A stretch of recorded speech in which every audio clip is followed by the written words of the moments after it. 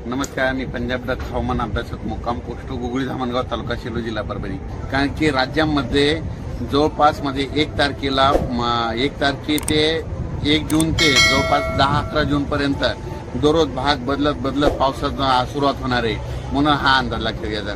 सुरुवातीला बघायचं झालं तर 1, 2, 3 तारखेला राज्यामध्ये सातारा, सांगली, पुणे, नाशिक, मुंबई, नगर, सोलापूर, उस्मानाबाद, लातूर या भागापर्यंत पावसाला सुरुवात होईल. म्हणजे 1, 2, 3 जून दरम्यान.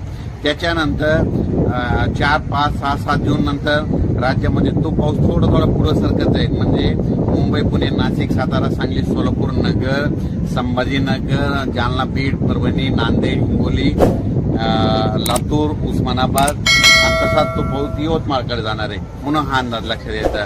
त्याच्यानंतर 5, 6, 7 जूनच्या दरम्यानमध्ये तो पाऊस परत आणखीन पुढं म्हणजे सातारा, सांगली, सोलापूर, पुणे, नाशिक, मुंबई, तसेच नगर, पुणे, औरंगाबाद, त्याच्यानंतर बीड, परभणी, लातूर, हिंगोली, वाशिम, नांदेड आणि त्याच्यानंतर बुलढाण्यापर्यंत 7 तारखेपर्यंत तो पाऊस सुरुवात होईल.